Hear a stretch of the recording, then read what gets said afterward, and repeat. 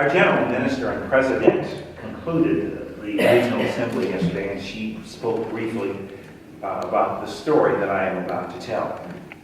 A story that I'm sure most of you know. It seems that two women came to King Solomon, both claiming to be the mother of the same baby. Solomon sent for a sword. He said, "Why don't I just cut the baby in half and give a part to each of you?" Well, the first woman said, "Fine, then neither one of us will have a baby. It suits me just fine." The other lady said, "I love my baby, but I would rather give him to her than have you kill my child." And Solomon said, "And you are the true mother of the baby." The stories that stick with us are not the ones where winning is achieved at all costs. The stories that stick with us, the stories that give meaning to our lives, are the stories where justice is served. Someone will win and someone may lose, but when a higher ethical purpose is achieved, it seems that there is a way for all parties to continue to live with some honor. Amos, the speaker of the words that Amanda shared with us, lived in the 8th century before Christ. He was a simple sheep herder and a tender of sycamore trees. But then he heard the call of God. Amos left his home in Judah and journeyed north to prophesy in the northern kingdom of Israel. He preached God's omnipotence, he preached God's justice, and he preached social justice. The Reverend Dr. Martin Luther King Jr. quoted Amos 5:24 in two of his most widely circulated communiques. In his letter from a Birmingham jail essay and in his I Have a Dream oratory, Dr. King quoted Amos when he said, "But let justice roll down like waters, and righteousness like an ever-flowing stream." In the 8th century, when though the northern kingdom of Israel was prosperous, guess who was still suffering? The same people who suffer in every society. The ones with no voice, the weak and the poor, the widows, the children, and those who are in any way different. Try walking into a doctor's office and saying, "I don't have money to pay," and see what you get. The rich were living in mansions of hewn stone at the expense of disadvantaged people who lay dying in the street. The migrants from Judah might cross the border into northern Israel and go to Jerusalem, certain that the elders at the gate would give them justice, but there they would find none. People came to the gate pleading, "I don't have enough to feed my family. My mother is dying and there's no money for medicine." But Amos says the rich at the gate turned an indifferent ear. They might just as well have said to them, "If you worked and made successes of yourselves as we have, you wouldn't be in this predicament." Even though the rich elders loved to make a show of their tithes and their sacrifices, they were not concerned about blessing the unfortunate. Through Amos, a judgmental God thunders, "You may be mighty now, you may have great resources now, but my punishment is that other nations are going to overtake you, and you will be brought low. When the Assyrians come, the city that marches out 1,000 strong will be left with 100, and the city that marches out 100 strong will be left with only 10. And God goes on, your sin is not just against other powers that will overtake you. Your sin is against your insensitivity, your lack of compassion, your lack of empathy for your own people, which are my people." As Jesus would say as he divided the sheep and the goats, "What you do to the least of these, you do unto me." Letting people starve, failure to protect people from the elements, and denying people adequate, affordable medical care, and then cheating them, is doing it unto me. Now, because you and I serve a God as revealed through the compassion of Jesus Christ, we Christians are a little uncomfortable with a God who is angry and vengeful. You've heard sermons preached here at Little White Chapel where it has been said that our greatest danger is what we humans are capable of doing to each other. We much prefer a God who is willing to forgive us endless times rather than a prophet who preaches that the dread judgment of God is near. We are also living in a time where we see that the measure of a nation's health or sickness is not how many weapons they do or don't have, or how many thriving industries they do or don't have.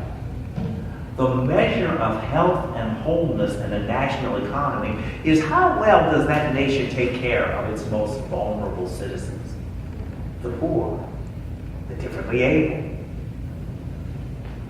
the different. How has the country systematically planned for the care of the least of these?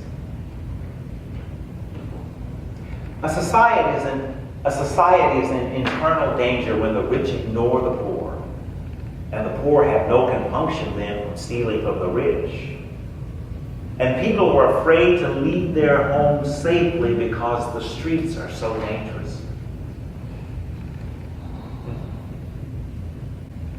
Additionally, we do know that historically, much of what the prophets predicted came true.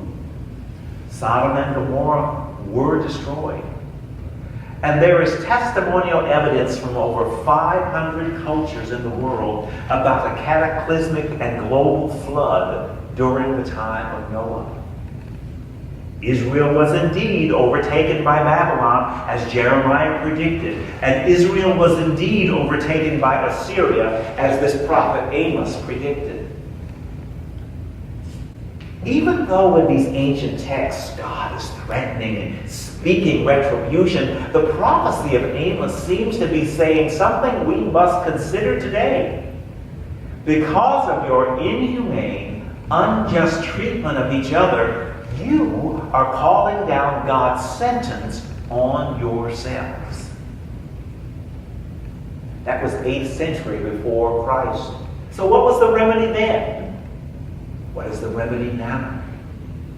Amos says that God is so angry at the treatment of the disadvantaged that it can't be fixed. Do you ever feel like we're in a situation where it can't be fixed? God says the Assyrians will soon be storming your fortresses. And Amos says that the only way that a remnant of you can be saved, like Sodom, like the flood, like Israel quaking before Babylon, is to immediately establish honesty at the gates. Establish equity at the gates.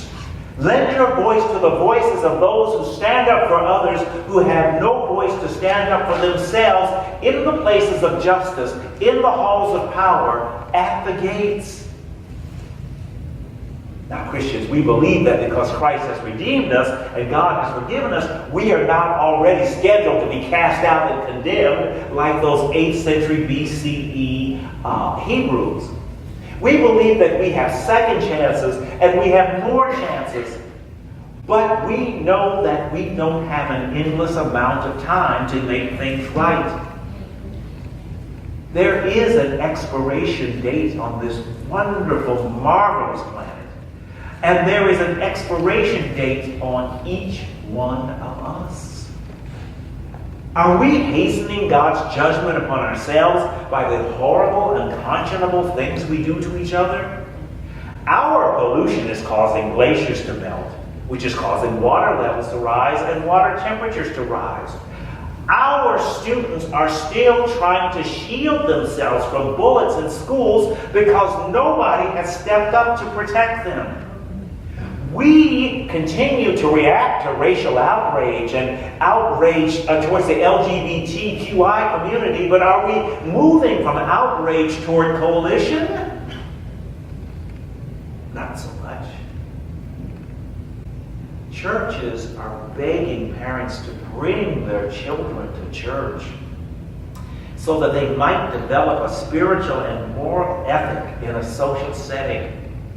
Yesterday I was sitting in the front row listening to our general minister and president, and two little girls with beautiful curls, one dark hair and one blonde. They must have run past me 8 times. Right past me. And after about the 7th time I looked at them and I realized they were both the children of ministers. But they were there. Churches are losing the struggle, and other venues are winning our children where no such ethic is offered, no such spiritual ethic is offered in the venues. Solomon was a young man, only 20 years old when he became king and succeeded David on the throne. His very first test was the mothers coming to claim that baby.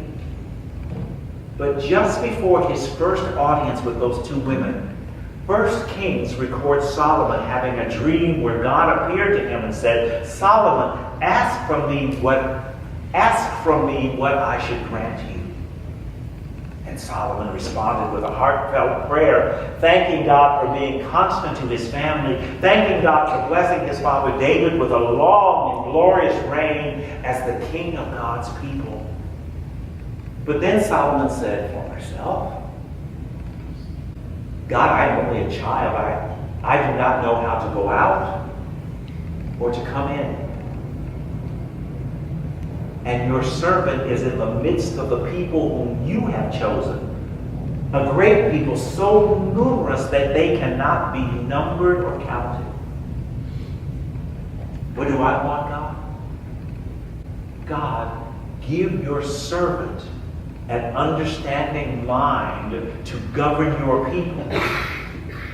God, enable me to discern between good and evil."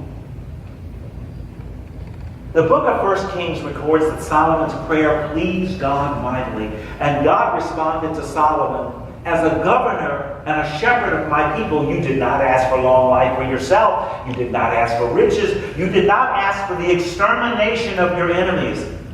And so, Solomon, I will give you what you have asked for. I will give you wisdom so that you can protect and make good choices for the people in your charge." That, friends, is the template for every leader. I want to tell you that our first vote, which you remember was here during our taco feed, because of your welcome, journeyed with all of us down to the regional assembly, where they did more of the same thing. They registered people to vote. They helped them find how to get from their old community to their new community, because every vote counts.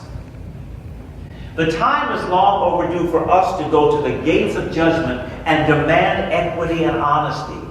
We, like wisdom, are called to go crying in the streets.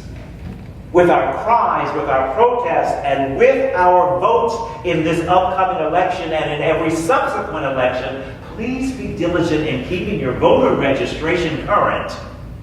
We are called to say to the world, we want leaders who are standing at the gate, at the bench, at the Oval Office, praying to God for the wisdom to make the best choices, not for themselves, not for their contingent, but for all of God's people. Amen? Amen. Please pray with me. God, we are in a situation that even though we are your forgiven, and even though you give us second and third and fourth and a myriad amount of chances, we sometimes feel like we're in a situation that can't be fixed. We are going to the gate crying for justice, and there are people there turning a deaf ear to all of us. Help us to enable us, empower us, so that we can be about setting your realm, your kingdom, your place that you've given us to live on this earth, that we can be about setting it right. It's in your Son's name we pray.